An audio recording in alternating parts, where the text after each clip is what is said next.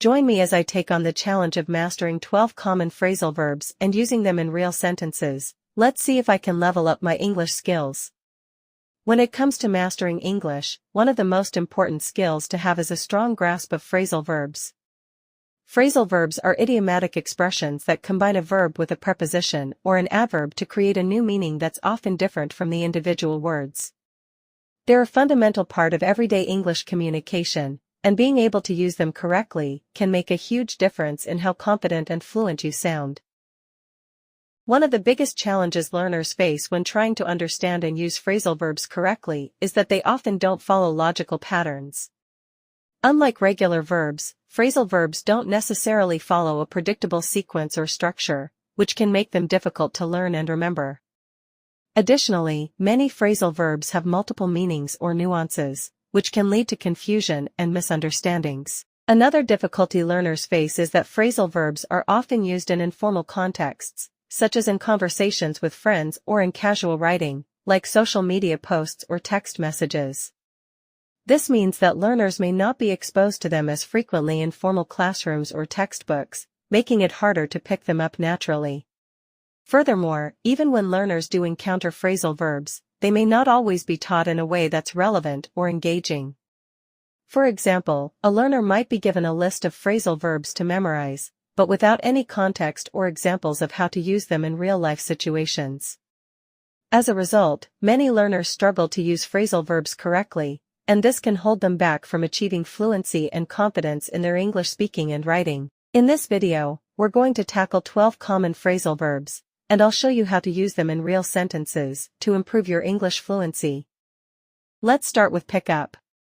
This phrasal verb means to learn or acquire a new skill or habit. For example, I'm trying to pick up Mandarin, but it's really hard. Or, she picked up the guitar in just a few months. Next up is get on, which means to board a bus, train, or plane. For instance, I got on the wrong bus and ended up lost in the suburbs. Or, make sure to get on the plane before it takes off. The third phrasal verb is put off, which means to delay or postpone something. For example, I put off doing my homework until the last minute, and now I'm really stressed. Or, we put off our trip to the beach until next weekend because of the weather. In the next section, I want to highlight a particularly tricky phrasal verb that can be confusing even for native speakers. One phrasal verb that's often tricky to understand is get by. This phrasal verb can have multiple meanings, depending on the context. For example, I'm trying to get by on a tight budget means to manage to survive or make do with limited resources. On the other hand, I'm going to get by the store and pick up some milk means to pass by a place, often briefly or casually. Another phrasal verb that's often confusing is take off. This phrasal verb can mean to remove something, like taking off your jacket, but it can also mean to suddenly become popular or successful, like a new project taking off. It's important to understand the context in which the phrasal verb is being used to avoid misunderstandings.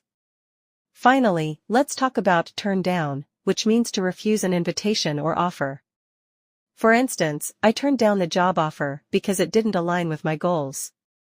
Or, she turned down his proposal because she wasn't ready for marriage.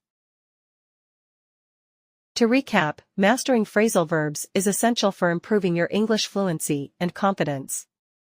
By learning and practicing these 12 common phrasal verbs, you can take your English skills to the next level and sound more natural and fluent in your conversations.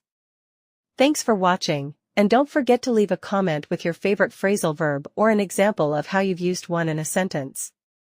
If you want to improve your English skills, be sure to check out my next video on related topic.